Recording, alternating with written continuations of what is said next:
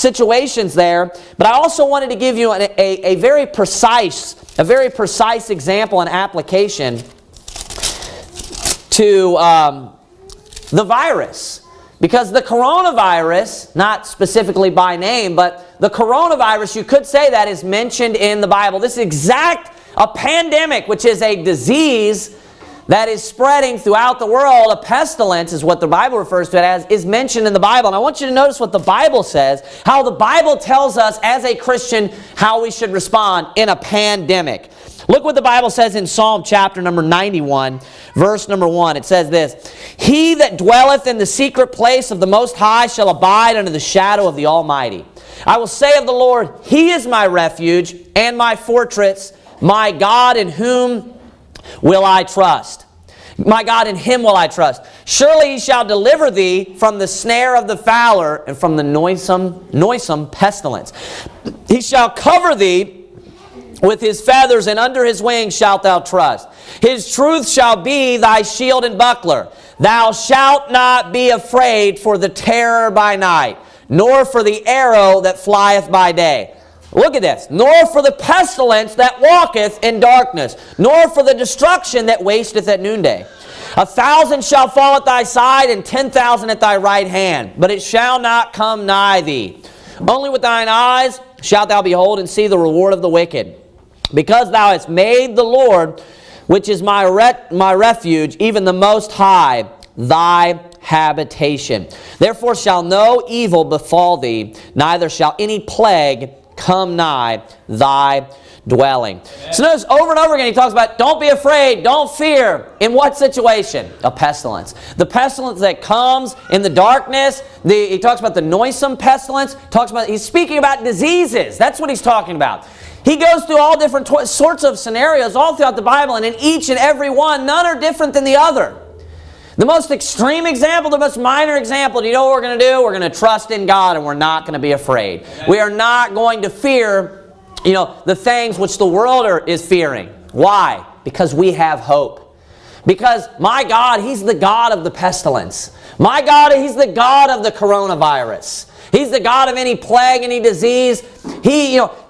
There is no problem that is too big for my God. So this is why we have the Bible for a reason, so that we can seek refuge and find hope and comfort in times of trouble. Do you know why? So that we don't fear. God doesn't want us to fear, and it doesn't matter what type of situation that it is. I'm going to change gears now. I want you to go back to Revelation chapter number 13. Revelation chapter number 13.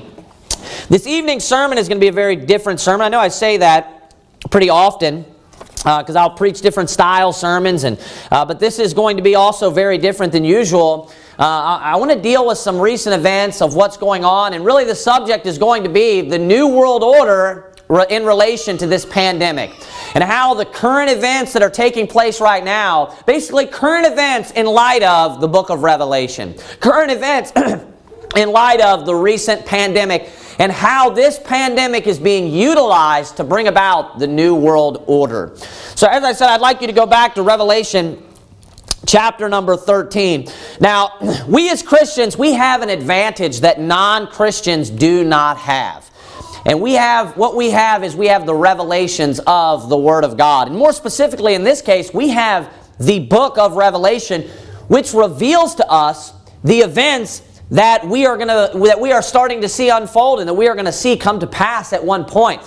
These revelations were given to us as a warning, so that we can take heed. It's to show unto His servants things which must shortly come to pass. It's so that we are aware of what's going to happen, and we can see it when it's coming, and we can see it while it's unfolding, so that we can be aware of what is going to happen. We are moving, I think this is the most appropriate way to refer to this, we are moving right now at breakneck speed towards the New World Order and what the Bible refers to as the end of the world. Until recent years, a lot of the events of the book of Revelation are really, they were almost unfathomable. They were impossible in a lot of ways. Now, for 2,000 years almost, the nation of Israel did not exist. The nation of Israel did not exist as far as being an established nation. Jews were just spread abroad throughout the entire world. The nation of Israel is necessary for the book of Revelation to even be initiated, for it to even the events to begin.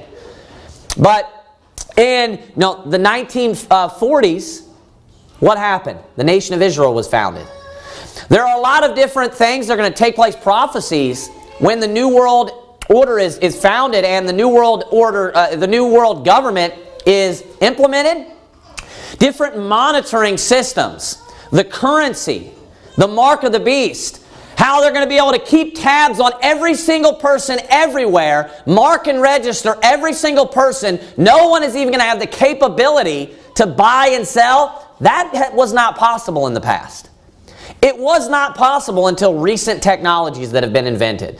The monitoring that is described and how people are tracked down and hunted, that wasn't possible in the past, like we see it happening today. These things you couldn't even have understood it to its full degree until we've seen technologies unfold recently now, and it makes so much more sense.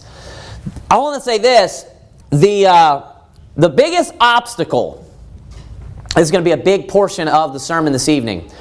The biggest obstacle for the New World Order and the global government right now, the biggest problem and biggest obstacle for them that's standing in their way, that's stopping all of the events from the book of Revelation from beginning, is the freedoms that exist in the United States of America today. That is the biggest obstacle for the New World Order right now. There are a few other countries that possess the types of freedoms that we possess today, but the United States is the nation that sets the pace for the entire world of those that have freedom. We are the ones, we set the tone, and we are the influencer in many ways. Exemplary as being an example for them. We're the verbal influence through ambassadors and things of that sort, and then we're just an influencer even through somewhat of being a bully in a lot of ways as well. But military influence, if you will. But the United States and the freedoms that Western cultures and Western civilizations have today, that is in a major way, that is the biggest obstacle for the New World Order. That has to be removed entirely in order for the New World Order to be implemented and globalists and elitists to be able to have their rule and their reign. That is not possible with the freedoms that are in the United States of America today. So what we can see today, what we see through this pandemic, is we can see a planned attack on the liberties that we possess here as United States citizens. And this is not coincidental. This is 100% strategic, and it is very thought out. They must remove and strip the rights of the United States citizens in order for the New World Order to take place. In order for the state of the world of which we see in the book of Revelation to be able to take root and to grow and to flourish. Now, I want you to look with me at Revelation chapter number 13, because what we see here in Revelation 13 is the New World Order. What is the New World Order that people talk about? I want you to look with me, and we'll point out a couple of things about it. Begin in verse number 1. We'll see this figure that is described here, this allegorical picture. He says, "And I stood upon the sand of the sea and saw a beast rise up out of the sea, having 7 heads and 10 horns, and upon his horns 10 crowns, and upon his heads the name of blasphemy." Now this is the beast. This is the Antichrist that we are seeing right now. And then he's called just that here in verse 2. "And the beast which I saw was like unto a leopard, and his feet were as the feet of a bear, and his mouth as the mouth of a lion.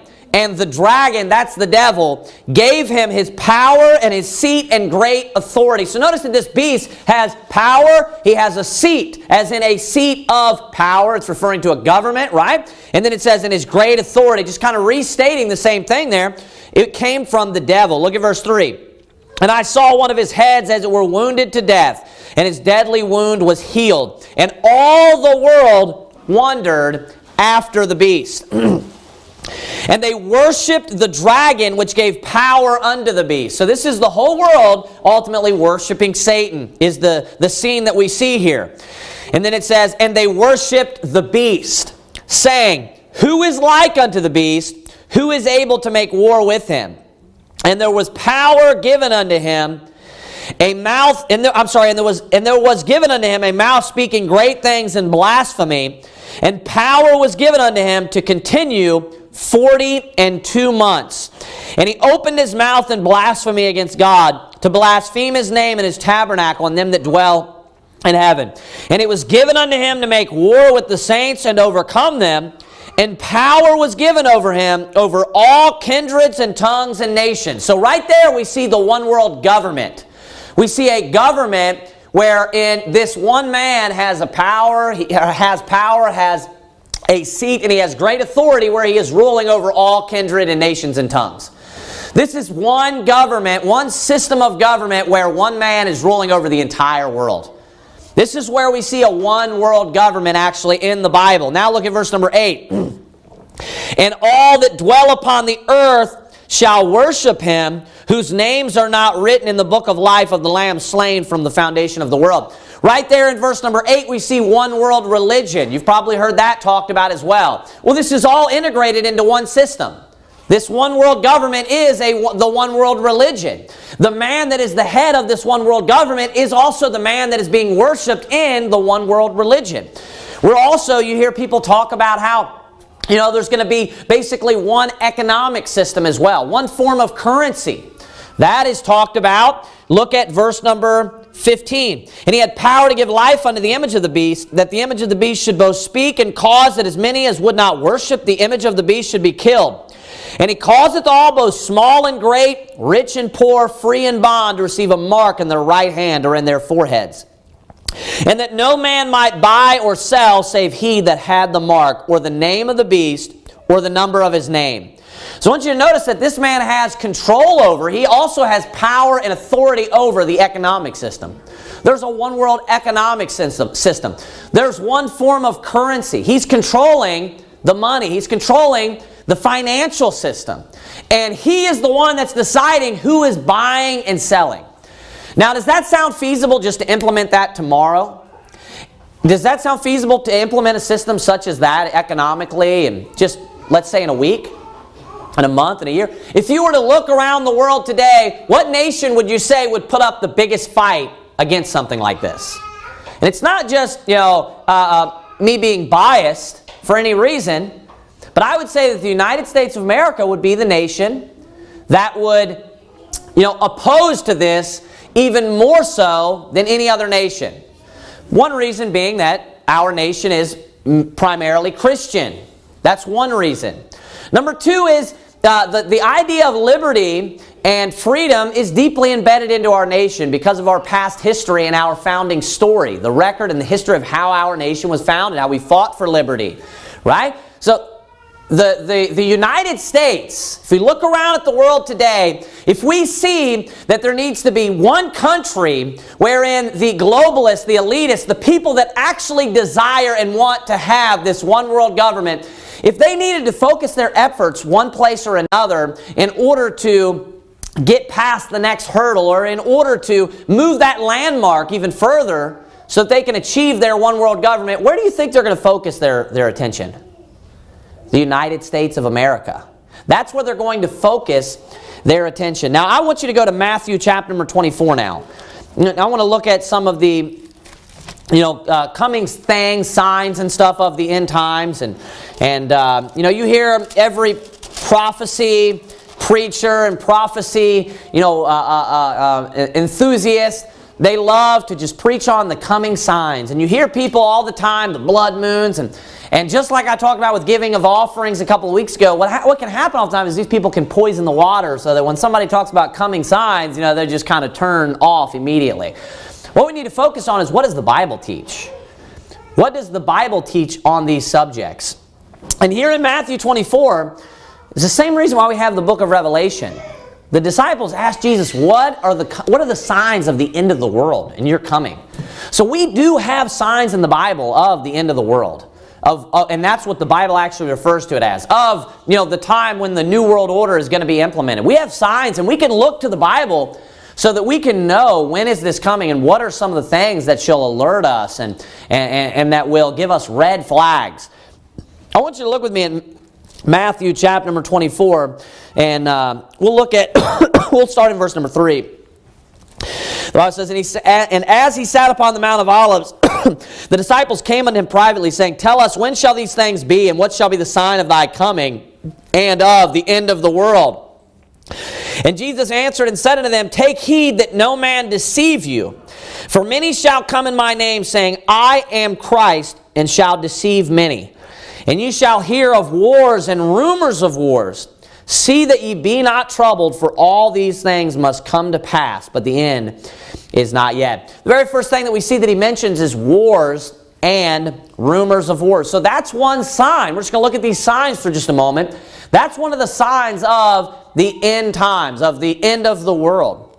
And then he goes in verse number 7, For nation shall rise against nation, and kingdom against kingdom. So there he's repeating the wars and the rumors of wars. Then he says this, And there shall be famines and pestilences and earthquakes in divers places. And then in verse number 8, he categorizes all this as, All these are the beginning of sorrows. Now, if you compare this, and you can go ahead and go over to Revelation chapter number 6. Revelation chapter number 6. If you compare this with Revelation chapter number 6, this is where we find the seals. The seals that are mentioned. You have the 7 seals of Revelation. And those beginning of sorrows, they line up with the seals of Revelation. And specifically, they line up with the first 4 seals of Revelation. Those are the beginning of sorrows. The things we saw mentioned were wars, pestilences, famines, and in divers places, earthquakes. One of the seals is just death in general, and it's the death, the mass death from the cause of these other 3, is what that is. People dying off from earthquakes, pestilences, and famines. Now, pestilences is diseases. And I want you to notice it's interesting that it says pestilences, and then it mentions the earthquakes as well. It says, but in divers places. That means all around the world. Now, specifically, what the definition of a pandemic, as I gave it to you this morning, is, it is a worldwide disease. You know what it is? It's a pestilence in divers places. That's exactly what the definition of a pandemic is. Now, there has not been a pandemic that that's projected to what we see now in many, many, many years. Many years. You can go through all of the past, the Ebola, H1N1, just every single one that in the past 30, 40 years, none of them were even close to this. They were contained, they were concentrated in small places. They never even reached where this particular pandemic has reached today. Not even close. So, there is reason to become suspicious. There is reason now to open up our Bibles, to start opening our eyes. Just based on the pandemic. Just based on that in particular. But furthermore, I believe that there's something much more suspicious going on. I believe that either this is a plandemic, as I've heard some people say, that this was planned from the very beginning. At the very least, I believe that I know that there was foreknowledge on the part of governmental societies and things along those lines. And I'm going to share with you something that I had found, and I think I brought it up with some people just the other day. Very interesting. So on October the 18th in 2019, there was a meeting that took place. This meeting the purpose was in preparation for a worldwide emergency pandemic that would possibly break out. It was to make sure that they were prepared. So preparation for a worldwide emergency pandemic, and how would they respond. It was called Event 201. That's what it was referred to as, Event 201. It was referred to as a global pandemic exercise. Again, this meeting took place on October 18th, 2019. The event was ultimately publicized on November the 4th, 2019. Basically, the purpose was they were going to simulate a pandemic that was going to take place. They wanted to simulate this and then create this scenario. Then the Emergency Pandemic Response Board was going to decide what the best way to respond would be. Now, this was October the 18th, 2019. The board was comprised of, they said, highly experienced leaders. Now, I would say it was comprised of, basically comprised of elitists and globalists and things along that line, those lines. I'll read some of them to you. You know, there's just power-hungry leaders, basically, and even eugenicists, and then governmental representatives. The people in attendance were the Bill Gates Foundation was there. There was a representative from the Bill Gates Foundation. Now, Bill Gates is the most open and public eugenicist that walks this earth. He is openly for population control and things along that line, and no surprise, he is one of the biggest propagators of vaccinations and things along those lines as well. The World Bank Group was in attendance in this meeting. The United States CDC, Chinese CDC, so the CDC of China, the CDC of the U.S. Homeland Security was in attendance. NBC Universal, and then you probably guessed it, the UN was there as well. The United Nations was also in attendance, where they were going to simulate a pandemic, a worldwide pandemic, and they had an emergency board made up of all of these different types of people. Now, in this imaginary simulation that they just made up out of thin air, they just came up with this just to be their example, just imaginary, they just made it up, right? They just so happened to pick a disease as the threat specifically, right? Because it's a pandemic. Not only that, they just so happened to pick just an extremely highly contagious disease. And this highly contagious disease started in a foreign country. And then remember, they're just making all of this up out of thin air. This is just what's going to be their example.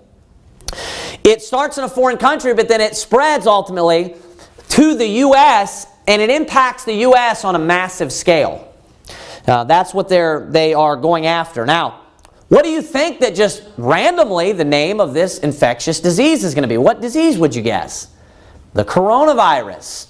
They just so happened to choose that the coronavirus was going to be this highly infectious disease that was going to cause a pandemic.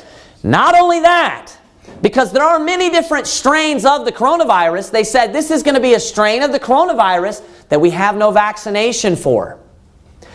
Not only that, there are multiple strains of the coronavirus. Most of them are cold-like symptoms. This one particularly was going to cause flu-like symptoms and severe pneumonia. So they just made this up out of thin air, just randomly. This is just what we're going to, as a board, get together and discuss and see how we should respond.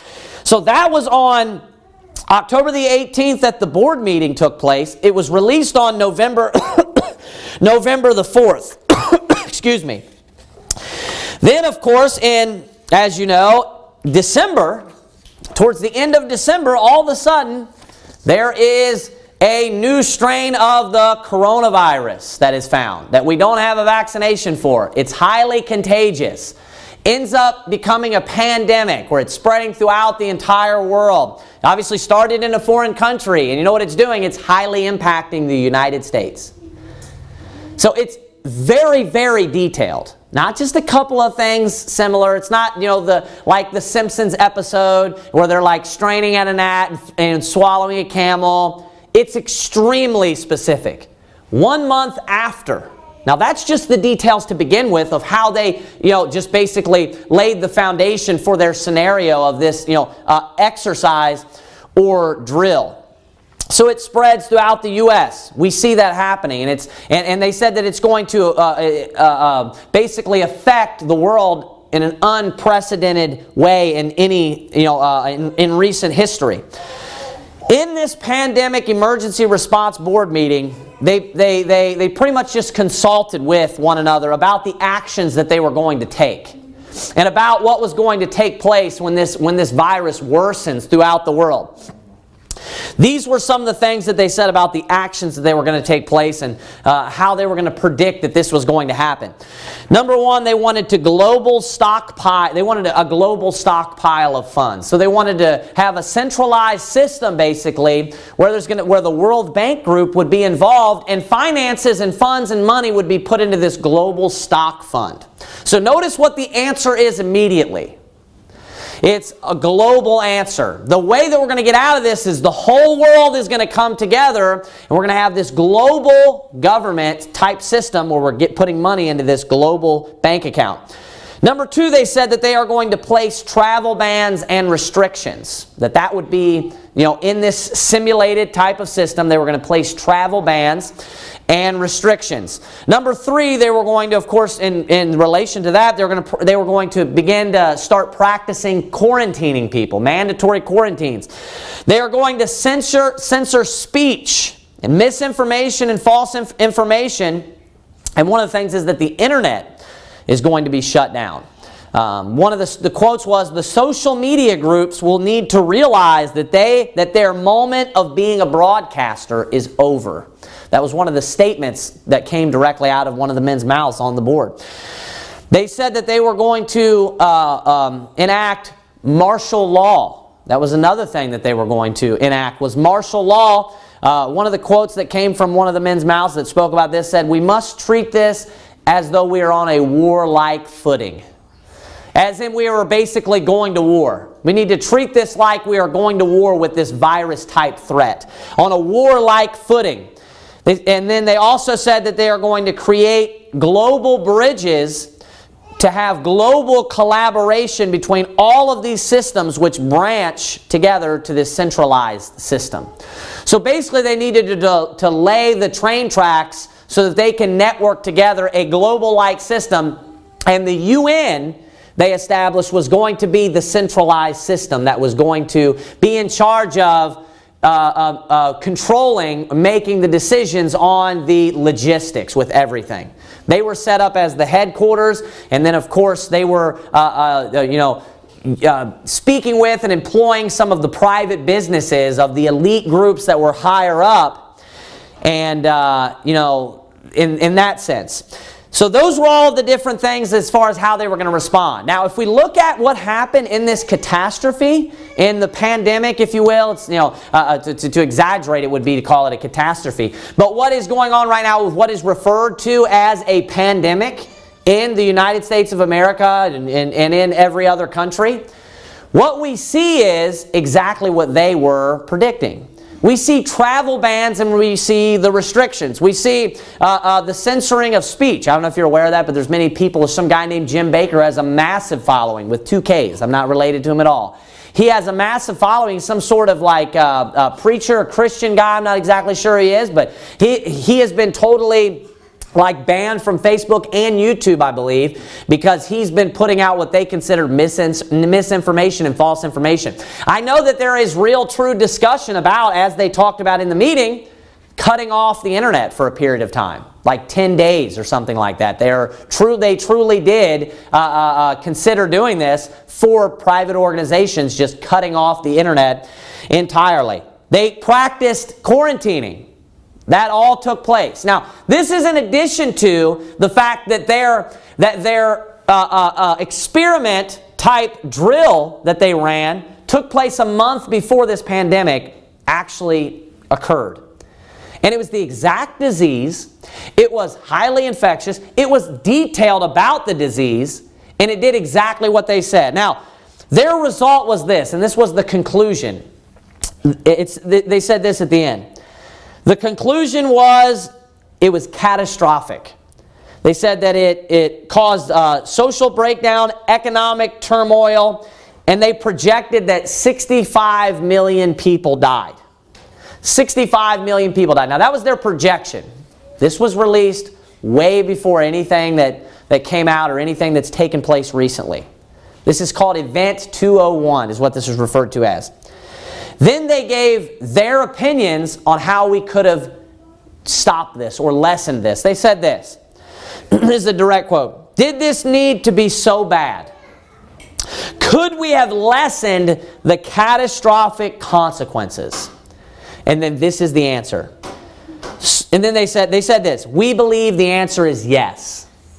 So are we ready? Are we as a global community ready? Notice that. So are we as a global community ready for the next pandemic? I want you to turn to 2 Corinthians chapter number 3. So she makes the statement, are we as a global community ready for the next pandemic? Now, I don't believe personally that it is possible for anything like that statistically to have even taken place. For them to have just guessed. They randomly assemble this board. They randomly choose out the exact disease. They give you the exact details of the disease, of what's going to take place, the actions that the government is actually going to choose and do in every single area. And then it just so happens a month later that a pandemic begins of the coronavirus with flu-like symptoms, with a severe pneumonia-like symptoms, spreads throughout the entire world. There's travel bans, there's restrictions. I don't buy it. I don't believe that they had no foreknowledge. I don't believe that this was not, at the very least, they knew of something that was going on. They knew that it was already spreading. They knew that something was happening. So in 2 Corinthians chapter number 3, we find a very interesting verse. 2 Corinthians chapter number 3. I want to talk about how this is affecting the United States of America. The very end of this sermon is going to be what is going to be applicable to us today. Very much so, and how we are going to respond. It's going to be the addition to this morning's sermon, how we respond. Now, you're in 2 Corinthians chapter number 3. I'd like to go over, and I was speaking with Brother Hall about this just previous to the sermon, sitting down. I'd like to go over with you some of the possible and different achievements that the globalists will walk away with in this one single swipe in regards to their agenda of a one-world government. Because there are many, many things, and I don't think that people are as aware as they should be of what is actually happening with this pandemic, and specifically in the United States of America, and what is really going on with this. Now, some of the things, I just want to read this off, and then I'd like to talk to you about about the United States of America and what is actually going on as far as the executive orders. Now, some of the stuff that they could walk away with that I've heard that makes a lot of sense is, this is the perfect next step towards a cashless society. This would be the perfect next step towards a cashless society. The people of the United States, there's been polls taken of what they are most afraid of, and it is a pandemic. The United States is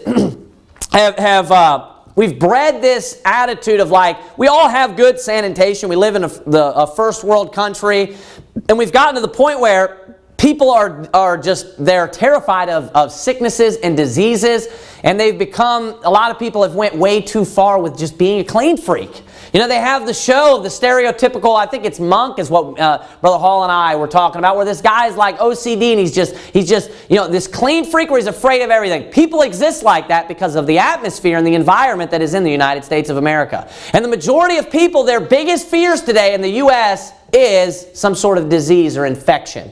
That's what they're afraid of, and that's what people are scared of. People would be more likely to go to a cashless society with this pandemic. Why? Because money is one of the dirtiest things that exists in our society. Our money is disgusting. It's handled by everyone, and this is a fact. Obviously, it's very dirty. It's the most public thing that you pass around, cash that is. It's the most public thing that you pass around, and from one person to the next, you receive your money from the cashier. You get your change back. You don't know if that person's got the flu. You have no idea if they have the coronavirus. But right now they have people so stinking afraid. Everybody is disgusted. I have, like I said this morning, allergies 2020, not COVID-19. I have allergies. And every time I cough, people are just whipping their heads and looking around at me. And, specifically, I had been working in a hospital for a little bit. And I'm trying not to let people see me cough, and I'm trying to walk away. But anytime anybody sees me cough, I watch people over my shoulders. I see them in my peripheral vision. If I'm looking at somebody, every time they try to get away from me. Or they at least raise their head up and look over at me. People are terrified. People are, they are literally terrified anytime. You know how easy it would be to present to them, hey, do you know how dirty your money is? We can take a major step in prevention of spreading this disease if we just go to a cashless society. Everybody uses cards anyways.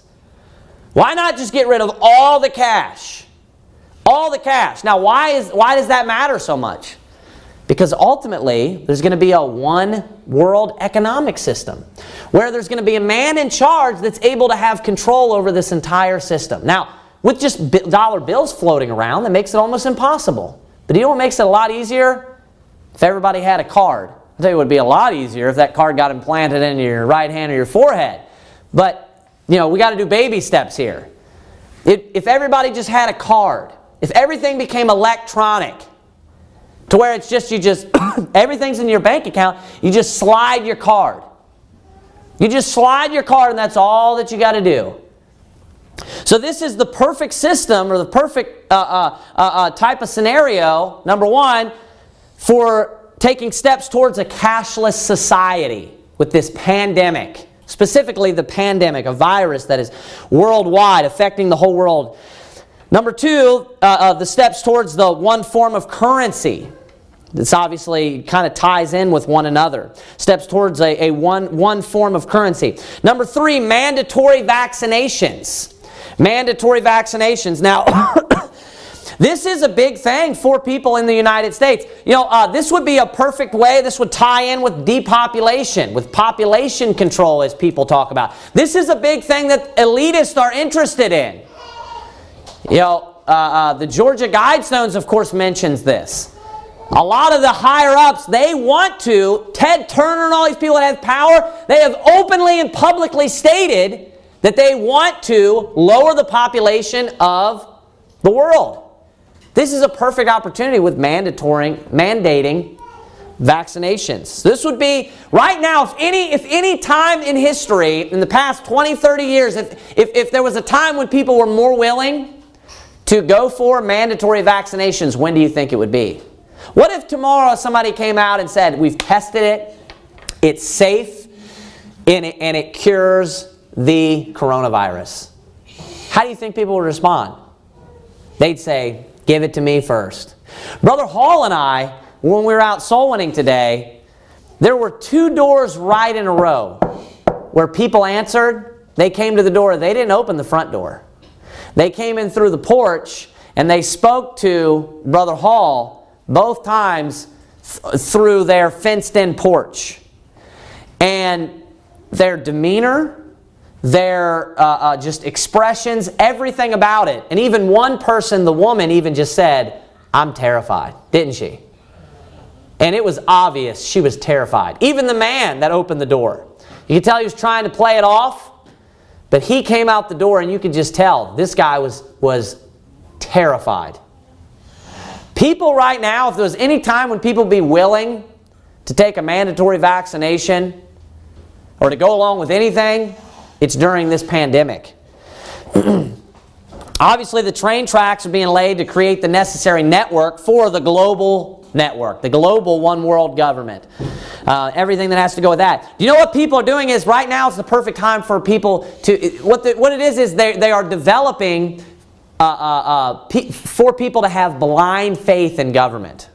That's what they're doing. They are conditioning people to have blind faith in their government. And then the last point that I want to focus on here for a few minutes is the liberties in America.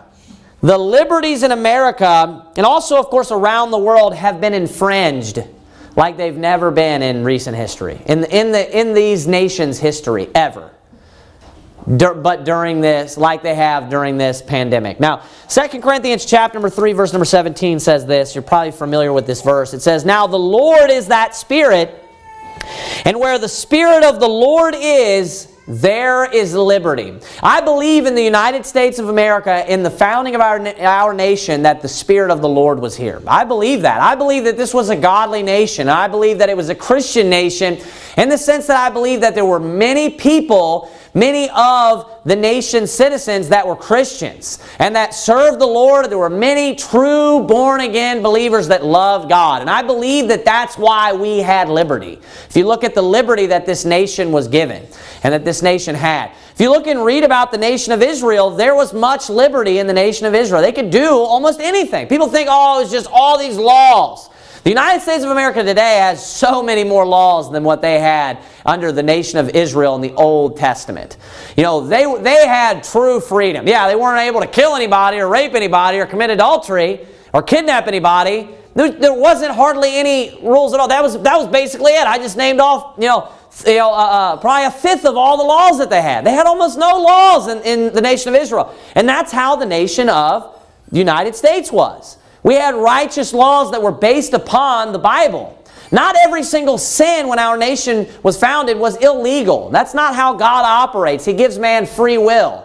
But when something is illegal and there's legislation against it, is when you start violating other people in most cases. Or in the nation of Israel, of course, if they were to sin against the Lord in a major way, sometimes they would be punished. But there wasn't laws against every little thing. That's how the United States of America was in its founding.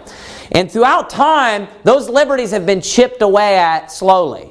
Just slowly chipped away at, where people are just slowly getting acclimated to losing their liberties. Now, some of the things that have taken place recently in the United States of America that people need to wake up to, and they need to realize that this is not normal. And some of these things have never happened in our nation's history, ever. Not even close, ever. Certain executive orders that have been mandated. Number one, the travel bans. Restrictions on being allowed to travel. Travel bans and restrictions. That has never happened in our nation's history. Now, that is one of the rights that we have as United States citizens. The right to freely travel to and fro and not to be molested. That is one of our rights as a United States citizen. We have the banning of assemblies. This is the worst of all of them, where there are executive orders on state levels that are banning assemblies. Now, these are different types of assemblies that they're banning. Just for people, some states, they started off, I believe North Carolina was the first one with 250 people. If you have more than 250 people, they're not allowed to gather together. No more than 250 people. They put a ban on that. Then they went down to 100, 50, 10, and all of the other states have, followed in a very similar order. Some states have just now, I know Kentucky's one of them, Ohio, Illinois, California, New York. They've totally just banned any sort of assembly. They've shut down private businesses. In some states they've said, like our state right now, no public dining in the restaurants. You can just carry out or delivery only, right? A lot of bars and stuff, they've completely shut down. Public places, they've completely shut down. 100%. That is obviously one of our rights in the Bill of Rights. And many people in the United States of America, they don't understand their rights and their liberties. And they're very confused about this. And what they think is this. They think, because this is a serious crisis, because this is a massive crisis or a pandemic, that is an exception. But that's not how liberties work in the United States of America. That's not how liberties work in general. The Constitution is not where we received our rights in the first place. The Constitution is not what gave you your rights. When those were written down on paper and signed, it's not like you got these rights all of a sudden, guys. Feel free to say whatever you feel like saying and go wherever you feel like going. That's not how this works. The Bill of Rights was just the declaration of rights that we already had. And the Constitution itself tells you about these rights in regards to that specifically, that they are inalienable rights that we were endowed by from our Creator. Our Creator is who gave us these rights. Government did not give us these rights in the Constitution, nor did the Bill of Rights give us these rights. We have these rights according to the Constitution. We have these rights from God. God gave us these rights. We have the right of liberty, of free will is what it is. To do what we want. To say what we want. These are rights. This is what the United States believed in. And because our nation is becoming more atheistic, and because our nation is turning from God, we shouldn't be surprised that we are at the same time losing our liberties. You shouldn't be surprised that when the Spirit of the Lord is walking out the door, your liberties are is right there with Him walking out the door. They go hand in hand. So because our nation today is coming to a point where the people of our nation, it was never had to do with our leaders at all, but that the people have rejected God and turned from God, do you know what they're going to lose? Well, with the Spirit of the Lord comes liberty. So when the Spirit of the Lord leaves, you're going to lose your liberty as well. And what happened is, right now people are just totally unaware about their rights, so many of them. They have no idea, they don't understand it, and everybody's like, well, it's a pandemic. It's understandable because it's a pandemic. You don't get that the government is way outside of their bounds. That is not what they are intended for at all, ever. That was never their job. And when they get their hands on stuff, they mess it up. They're not going to help a situation like this. They're going to hurt it. Private organizations is what would fix this. Private organizations coming together and putting their heads together is what would fix a situation like this. This is how, that's how a situation would be fixed. The banning of assemblies. They are literally telling churches that they cannot meet. Think about that for a minute. They are saying that you cannot go to church. Oh, it's just the situation. I don't give a rip whether it's a pandemic. I don't give a rip what it is. I don't care the situation. They are telling churches you can't meet. You can't come together. Who would have ever dreamed, and I don't care what the situation is, who in here would have ever dreamed that that would happen in your lifetime? Where an executive order would be signed saying no churches can meet. It doesn't matter the situation. My rights are not temporarily suspended because there's a disease going around where I can't go to church and you can prevent me and stop me from going to church. That's not how this works. But people are just going along with it. They're just going along with it. They're banning free speech, of course, too. You can't say whatever you want to say. Now, when your rights are infringed upon, what happens is they always, what people do is when they are willing, let me word it this way, when they are willing to give up their rights, it's always, every time when someone is willing to give up their rights, it is in place of security. Every time. Now, there's only two ways they can take rights that you have away. They can either do it physically, or they can coerce you into doing it and kind of manipulate you into doing it. So they can overtake you and take away your rights, or they can manipulate you. They can get you to give your rights up. Now, who in their right mind is just going to say, yeah, I don't want freedom. Take it. Enslave me. Who would do that? No one. No one's just going to freely give up liberty and right to be able to go to church and things like that. So what do they have to do? The only time when people are willing to give up their rights, the only time, is when they are afraid. Fear. Fear. When people are fearful, that's when they are willing to give up their rights. And do you know why they give up their rights? For security. This is a very fundamental fact. Benjamin Franklin made the statement, I thought I had it down here, but Benjamin Franklin made a statement along the lines of, the man who is willing to give up his liberty for security receives neither. Because obviously once you give up your liberty for security, now you're enslaved to the person who's supposedly securing you. So you don't have liberty, obviously, and they're not going to keep you safe because they don't really truly care about you. They're just taking advantage of you. There is no government that cares about you. Let me just bust your little bubble there. But here's the thing. Do you know what he understood? The point of that is this. What does a man give his liberty up for? Security. Always. The only way in which people give up their liberty is for security.